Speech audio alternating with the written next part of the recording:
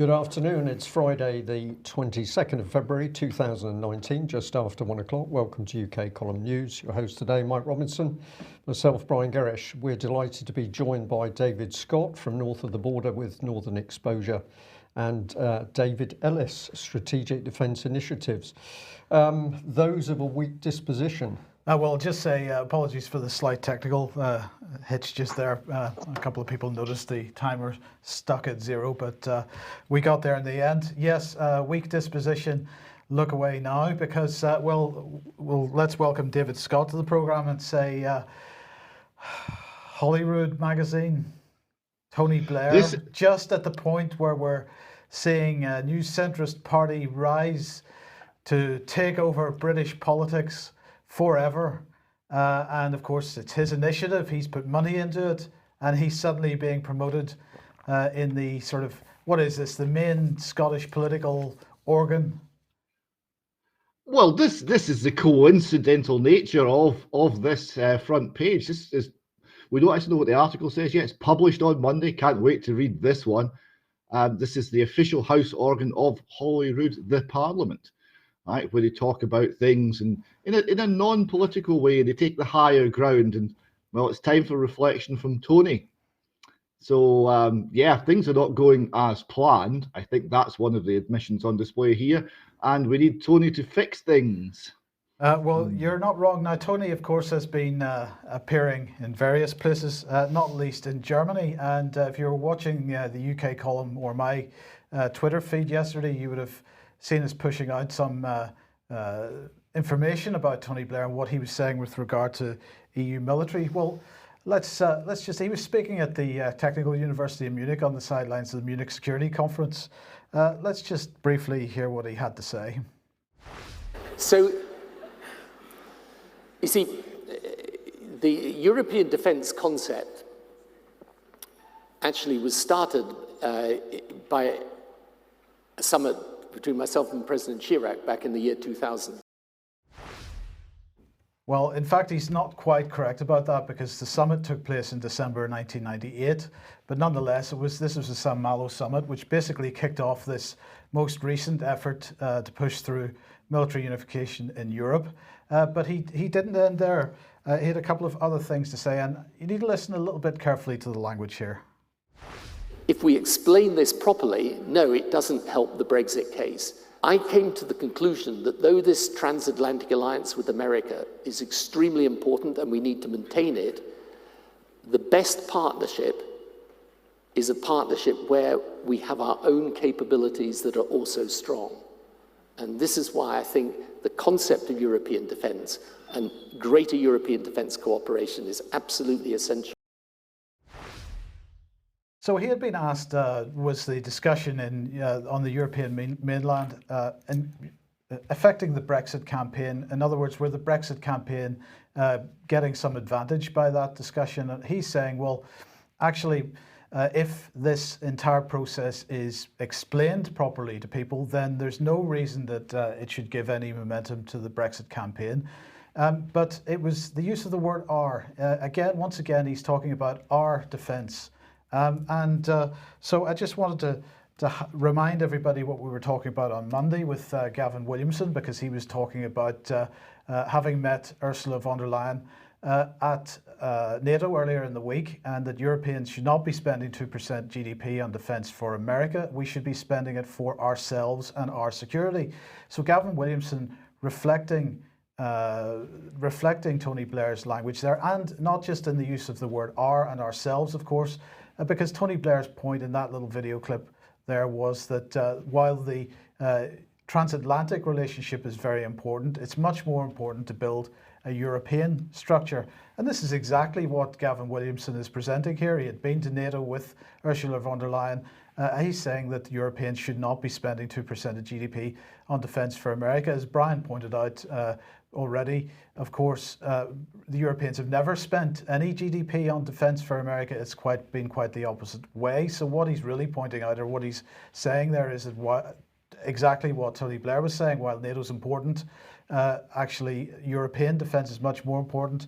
And I just remind you also that, of course, Jeremy Hunt, speaking to the Adnar Stiftung had been saying this: a future partnership that Britain seeks to build with the EU starts with the belief that our security is indivisible. So, David Ellis, welcome to the programme. Basically, our point yesterday on Twitter, and what we really want to encourage people, the reason we want to encourage people to push this so hard on Twitter, is that the Tory party seems to be pursuing a Blairite policy, and I'm not clear how a Blairite policy became Tory policy.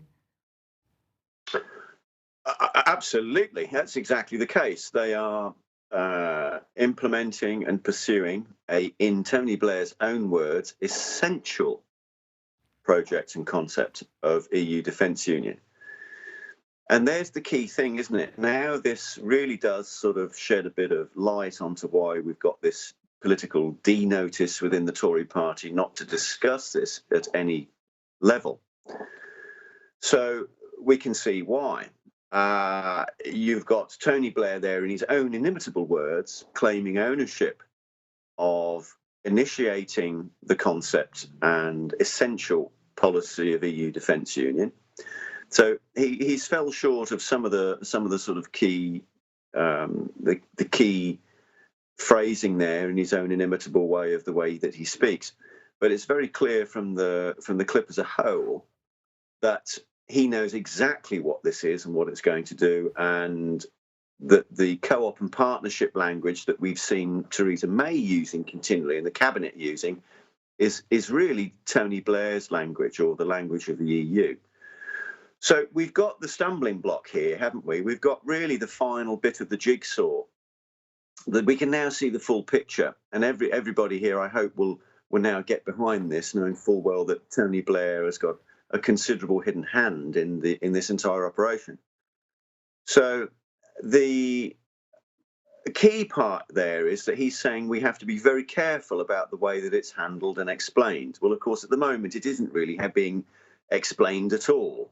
So this is the key part, because what he's saying is if it was explained properly, it would have an effect on the Brexit case, i.e. it would have an effect on the Leave case. So he's trying to bolster the position to Remain by holding it out of the debate. So what we all need to do at this stage is get onto your MP, and particularly if they're a Conservative MP, and put to them directly, as in the strongest possible terms, whether you telephone their office or whether you write to them or whether you email or whether you whatever way you want to interact on Twitter, whatever, why are Tory ministers implementing an essential Tony Blair policy of implementing EU defence union? And this is the contradiction that we've now got. No MP would be able to sit and retain their seat if they didn't support openly Her Majesty's Armed Services. Yeah. They would not be able to retain their seat. So this is the key thing. So we've got MPs here sitting in silence, effectively walking away from Her Majesty's Armed Services, from British Armed Forces. Because by allowing this to continue, we lose them. So it would be an untenable position for any MP to say, I no longer support Her Majesty's Armed Services, we're going to put them into defence union. Yeah. They wouldn't be able to sit, they would be finished. They'd have to resign, frankly, because there'd be so much of a public outcry and a whiplash. David, you're being very passionate about this, and of course, quite rightly. I think we need to be bullish here and say that over the last 24 hours, the UK column has tweeted out all the information that people need. We've tweeted out the video clips of what Tony Blair's been saying with a brief Twitter type analysis of what he's saying. We've pointed out the danger. We've warned that this isn't just about the British Army. This is about tri-service and the nukes and defence procurement, defence industry, all going into the EU. Well, in fact, remaining, because it's already been signed over. So on our Twitter page, we have already given all of the information which people need. And what they need to be doing is taking that material and ramming it under the noses of their local MPs and pushing it into the local constituency offices. We're at a very dangerous point here, but I think we have to say that you have been part of that team as well, have pushed this information out. Right, and I just want to also remind people why this issue is effectively a done deal, because prior to the referendum, we'll remind you once again that prior to the referendum, David Cameron, who was Prime Minister at the time, toured European heads of state to try to arrange his side of the referendum, which was to stay in the European Union within a reformed European Union. So, in other words, he was renegotiating the future relationship between the UK and the EU, pretty much where we seem to be at the moment. In fact, right at the beginning of a negotiation on our future relationship. But back in 2015, when Jean-Claude Juncker was really pushing for what he was describing as an EU army at that time, making multiple statements during 2015, he also said this, that military union is a condition of any future relationship with the UK. So in other words, this is why this issue is not being discussed well, it's one of the reasons why this issue is not being discussed as part of the Brexit debate, because this is already a done deal and was probably a done deal since 2015 when Juncker was making these statements, or certainly since 2016 when David Cameron was touring the European heads of state. So David, Ellis, just very, very briefly on this. The fact that this is not a part of the discussion, this is the key thing that we've got to get into the public domain and get this part of the Brexit debate. It's absolutely key to the whole point of leaving. You cannot seriously sell to the British public in secrecy, in effect, because that's what they're doing, that our military remains while we have this facade of leaving. It's a lie, because we're not leaving. It's an utter joke for that to be allowed to continue, but the political interface are carrying on with it because the Tories are complicit.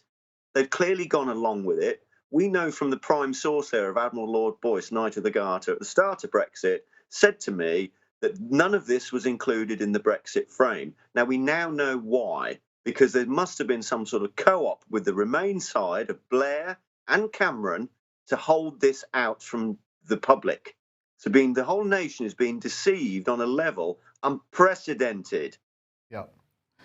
Yes. Okay. Well, look, we got to leave that subject there for now. So let's move on, and we're heading over to Israel. David, I think it was last Friday you were talking about the Visegrad Summit and the whole issue of the row with Poland. Well, it appears to have been cancelled. Yes, because the Israelis have had a bit of a diplomatic.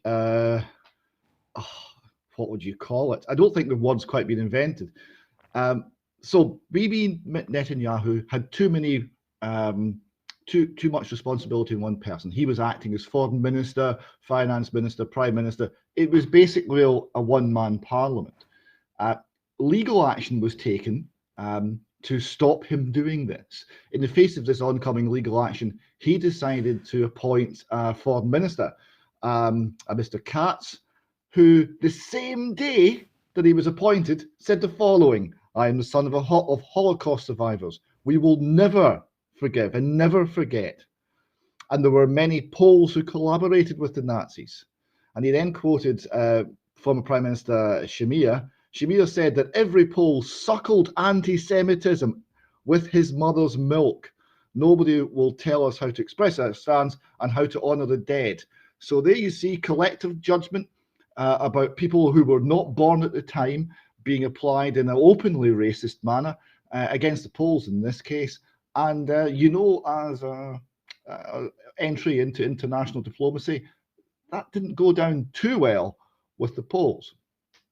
No, I would imagine it wouldn't. It went on. I have no problem with someone mentioning the fact that during the cruel, evil, dehumanizing war, there were individual criminals in my nation Obviously, there were, just as in any other nation, this was the Polish response. But when you use these stereotypes that every Pole suckled anti-Semitism out of their mother's breast, it's nothing short of racism. So he's absolutely pushing that point, David. Yes, he's calling it for what it is, and then he withdrew from a summit that was being organised and held in Jerusalem, and this was 4 European nations who were meeting in Jerusalem, and it was a major diplomatic breakthrough. This, because he is seeing Jerusalem being used for summits, so Jerusalem's importance goes up. Jerusalem is being de facto recognised as the capital of Israel, and you're seeing common cause being sought by the Netanyahu government and governments in Europe who would be opposed to Islamic immigration, for example. So this was a very important point and a very important diplomatic position that the Netanyahu government had taken. And due to appointing someone who was totally incompetent, who ran his mouth off, it's now all been thrown away, because the narrative, which is the Holocaust trumps everything, that is increasingly taking over in Jewish in Jewishness, and this is a point that Atzman talks about, is actually derailing real events now. So that's one to watch.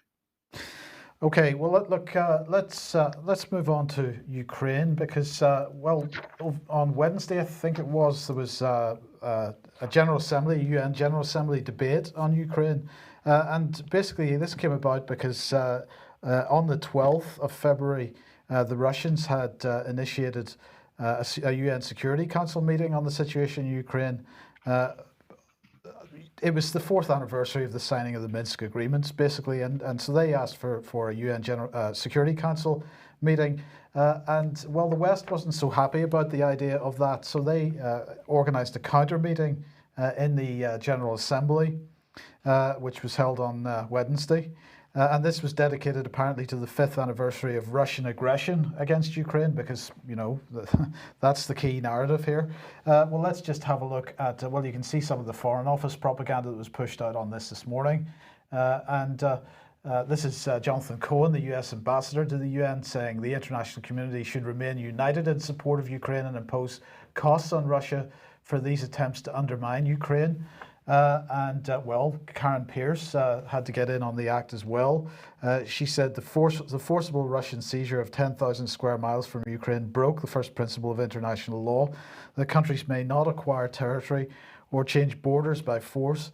It also violated a number of international agreements and commitments, including Article 2 of the UN Charter, the Helsinki Final Act, the Budapest Memorandum, and the 1997 Russia-Ukraine Treaty of Friendship. The United Kingdom is also deeply concerned by the ongoing militarization of Crimea and the Sea of Azov by the Russian Federation. Now, of course, she's talking about the bridge that Russia has built across the Sea of Azov, and the fact that they're controlling access to the Sea of Azov at the moment. But while all this nonsense was going on Wednesday in the United Nations, Vladimir Putin, of course, was giving his sort of state of the nation, and he's talking about all kinds of things, including the essential, it being essential to have a strong economy, and he was saying how great it was that they had built the railway section of the Crimean Bridge. It's a powerful economic impetus, is what he was saying. Well, of course, he also said that Russia was and would remain an independent sovereign state. We don't approve of independent sovereign states. Now, of course, that little short clip there was from H.G. Wells' The Shape of Things to Come, which is an absolute fantastic sort of British propaganda piece. I recommend everybody watches it.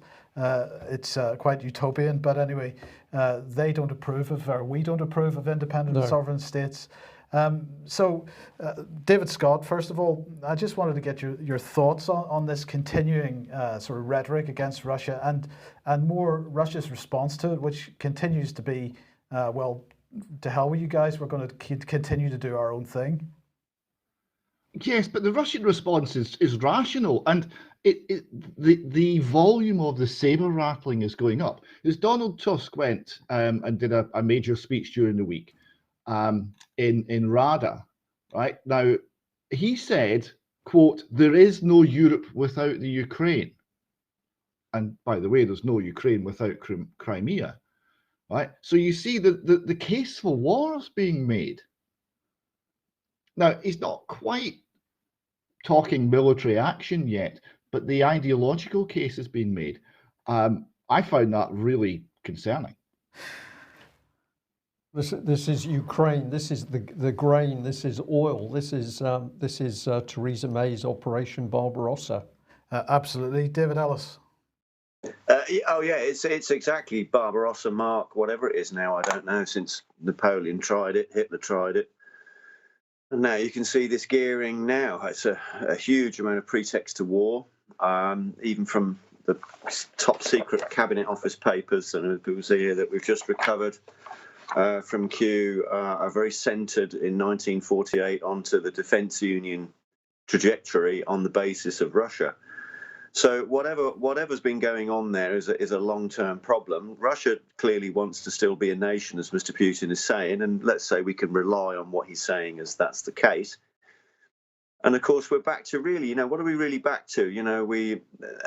There isn't really scope for a land war. I don't think that'll work because the carnage and the bodies will be immense. Are we back to Truman's clean sweep, where he wanted to just simply carpet bomb Russia with nuclear devices?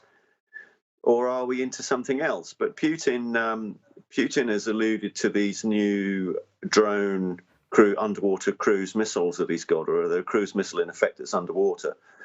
There's a substantial nuclear warhead on the end of it that will literally just, once it's delivered into the water, it will go and find an American aircraft carrier, or anybody's aircraft carrier for that matter, go and find it and sink it. It doesn't have to hit it, it just has to get next to it and detonate.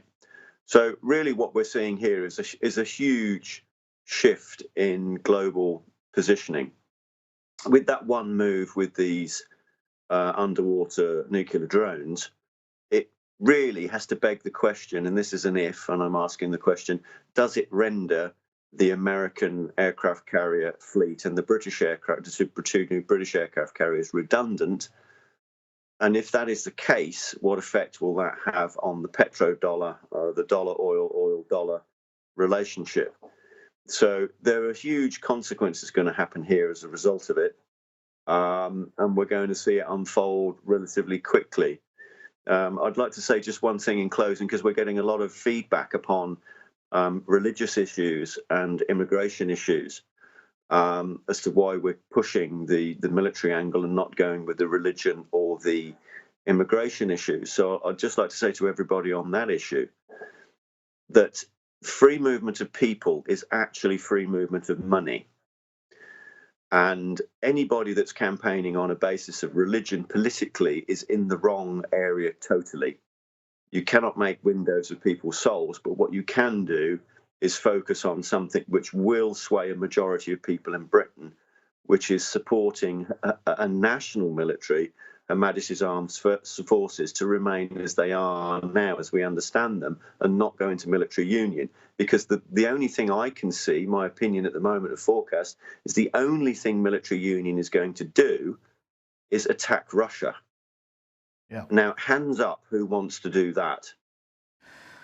Well, I don't think anybody would want to see that at all. Now, just quickly, David Scott, the EU League of Arab States Summit is taking place 24th to 25th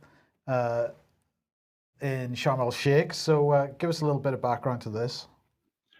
Well, yeah, I'm glad the running order came up in that particular sequence, because David Ellis isn't quite right. There's two things. There's two areas of interest to the EU unified military. There's the eastern neighbourhood, which means conflict with Russia, and there's the southern neighbourhood, which means rebuilding essentially the Roman Empire along the banks of the Mediterranean. That's the Levant and North Africa. And there's a major summit. Again, there's not been much trumpeting of this in the press, but there's a major summit coming up at the weekend. And we're being represented, you'll be pleased to know, by Donald Tusk, the same man who was declaring his support for everything Ukrainian, is out there to have a chat with the Arabs and discuss Arab-European ties. multilateralism, quite sure what that means in this context. Migration, well, we know all about that. Security, oh yes, there'll definitely be discussions of security. And trade and investment. So we're talking about high level, big deals over oil. We're talking about major geopolitical moves by the European Union to establish and essentially to replace the United States in the Arab world. This is not small. Okay, now moving back to the UK then, of course, around the Christmas time we had major trouble in British airports caused by drones. Well, everybody would be pleased to know that we're going to deal with that problem by setting up a competition. This is finding and neutralizing small drones. So this is a defense and security accelerator. And they're saying that the introduction of unmanned air systems is often referred to as drones has been one of the most significant technological advances of recent years and represents a shift in capability of potential adversaries. The threat from unmanned aerial vehicles has evolved rapidly, and we are seeing the use of hostile improvised drone threats in overseas theatres of operation. There is a similar problem in the UK, with malicious or accidental use of drones becoming a security challenge at events affecting critical infrastructure and public establishments, including prisons and major UK airports. So they've launched this competition. They're aiming to harness recent technology advances in a range of areas such as sensing technologies, autonomy, artificial intelligence and non-lethal effectors to improve the ability of the UK defence and security community to counter an adversary's use of drones. This needs to be achieved while preventing or minimising collateral damage, so that's fantastic stuff. The solutions could include automated and networked sensing systems, cost-effective sensors, plug-and-play compliant integration. This is really fantastic stuff.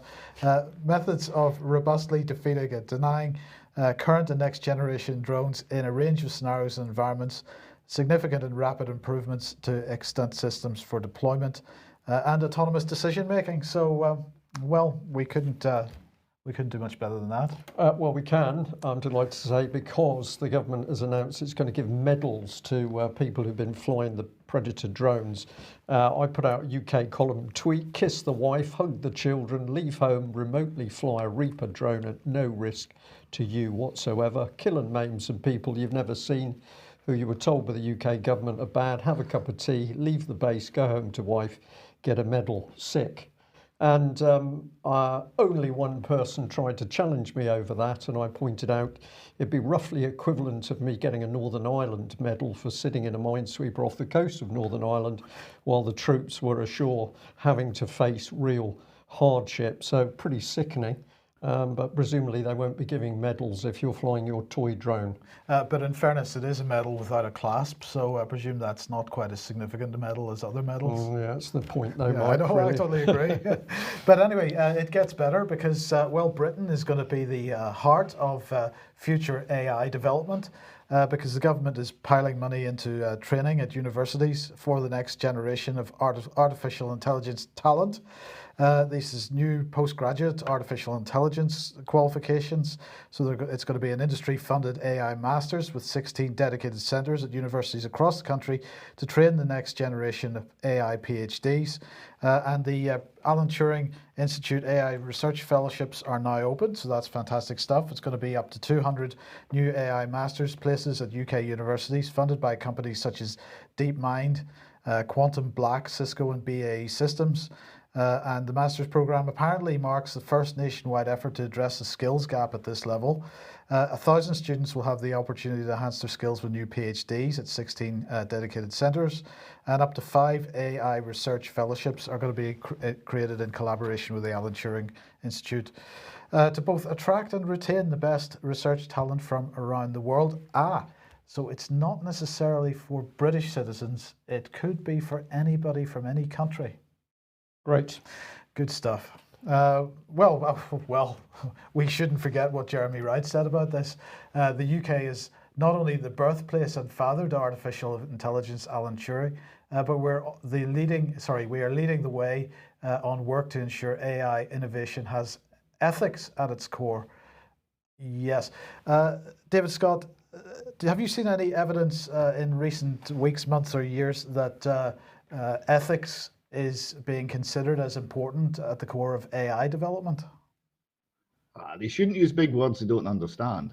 Ethics. This would be situational ethics. This would be, give me a reason why it's okay to bomb the wedding. Yeah, I'm sure those sort of ethics will be at the core. It's just not the ethics that the man in the Clapham omnibus would recognise. Oh, well, indeed. Okay, a couple of brief advertisements. If you like what we do here at the UK Column and you'd like to support us, please join. You can do that at ukcolumn.org/community. And another reminder that AV 9.1 DVDs are available on the UK Column website. And just to remind everybody as well that I believe there are less than 10 residential places left for AV10 in May. If anybody wants to go to that, you probably need to do it pretty quickly. Details at alternativeview.co.uk. Okay, and a reminder that the 5G smart meter technology and the impact on our health talk is on at the Town Hall, Buckfastleigh, Devon this evening at 7:30. So if you're local and can make that, please come along. But I also think the attendance to that is going to be very good. And Ian Arcrain speaking of that at that event as well, of course. Right. Now, responding to cognitive security challenges. This is a new report out from NATO, from NATO's Strategic Communications Centre of Excellence. And they have been carrying out a study on digital matters and the risks that digital matters may be posing to serving military personnel. So the report, as you can see there, is titled Responding to Cognitive Security Challenges. And they're concerned about a malicious actor who might be trolling social media and picking up information about people that are taking part in military exercises. And so what they're asking is, what can we find out about a military exercise just from open source data? What can we find out about participants from open source data? And can we use that data to influence the participants' behaviors against their given orders? And so they're saying that they weren't going to disclose any details of how they carried out the study for operational security reasons, but they had created fake Twitter accounts and fake closed Facebook groups. They then went on to try to befriend anybody that was taking part in some kind of armed exercise or armed forces exercise on these social media platforms. And they said that by the end of the study, they'd managed to identify 150 service members, find the locations of several battalions, as well as track troop movements, and instill desirable behaviour in these troops. So they were able to actually influence the behaviour of these people taking part in these exercises, they said.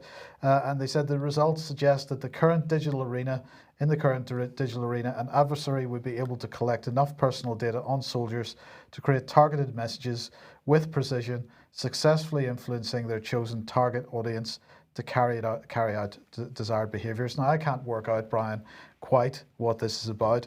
Is it about persuading us that Vladimir Putin is not only influencing our elections and our social media, our news agenda, but he's now actually helping to run various military exercises? Or is this just simply an attempt to provide another excuse to shut down social media in some? Yeah, I think it's the latter, Mike. I think that they're worried that, of course, serving members of the armed forces are looking at all sorts of information because they also don't believe what the BBC has put out. And this is now being realised as a problem. So you were serving overseas in Afghanistan, for instance, but if you were able to get onto the internet, you could see other news sources reporting what Afghanistan was about. British government very frightened. We'll just drop this one in quickly, a little bit tongue-in-cheek, but the Register here reporting that somebody stole 77 Brigade, which is the Army's special social media influence unit. They stole their Twitter account. You found this one, David. I did find it quite enjoyable. The Ministry of Defence denied that 77 Brigade had a Twitter account. They don't have one, they said, but clearly there was one. So maybe the Ministry of Defence wasn't aware that 77 Brigade had a Twitter account, or they were running a non-mod approved Twitter account. It's twits. Yeah, Well, I had a little look for them, and there is a Twitter account, but it's protected at the moment. I don't know if that's cause and effect. Yeah, but some bloke seems to have got in there, and if that's the case, it doesn't suggest that 77 Brigade are as tech savvy as we might have been led to believe. Well, we don't need to worry because Disinfo Week is coming, and this is Disinfo Week Europe. It's being run by the Atlantic Council. It's coming on March the 4th to 8th. There's 3 different events, one in Athens, one in Madrid, and one in Brussels. And you'll be glad to know that Damien Collins, the chairman of the Digital Culture, Media and Sports Select Committee, will be taking part on that. Now, of course, last week he released the DCMS report on disinformation and what he thought should be done about it. And he said that our inquiry over the last year has identified 3 big threats to society. The challenge for the year ahead is to start to fix them. We cannot delay any longer. So in order to avoid delaying any longer, he's taking part in this event. And the panel that he's on is entitled To Regulate or Not Regulate. And it says that since allegations emerged that malicious state and non-state actors and Russia in particular had used social media platforms to influence US and European elections, governments have been slow to respond. Now, after more than 2 years, the platform's efforts at self-regulation have been proven insufficient in tackling the problem. It is time for governments to step in and regulate the platforms? Experts will debate. Well, he will be joined by Alina Polikova, who's from the David M. Rubenstein. Who's a David M. Rubenstein Fellow for Foreign Policy at Brookings Institute. She'll be speaking with him. And also Jens Henrik Jeppesen, who's Representative and Director for European Affairs at the Centre for Democracy and Technology. So, well, there we go. Disinformation is still absolutely right at the forefront of everything that's going on at the moment. Right at the forefront, but they do have a little problem because they're very keen to introduce a tax, the digital services tax, which I understand will be 2%, and it will include social media platforms. So I think we're going to see a little bit of a war between the people who want to raise money on the social media platforms and the people who want to shut the social media platforms down. Yes. More chaos in government. Where does that take us? Okay, Scotland, David, well, Stefan Sutherland, in fact. Oh yes. This was a series of articles in the mainstream Scottish press and the Daily Record on Monday, and a stunning series of articles it is too. So here we see in this first one here a horrendous story where a mum of 2. She was drugged and she was raped, and she was subsequently bullied and threatened by the rapists, and this drove her to take her own life, and it's just horrendous. Now, the mother of this young woman has identified one of the rapists as the very same person that we were reporting on as the person of interest in the Stefan Sutherland murder, and this is now common knowledge in Caithness. It's now becoming much more common knowledge across Scotland.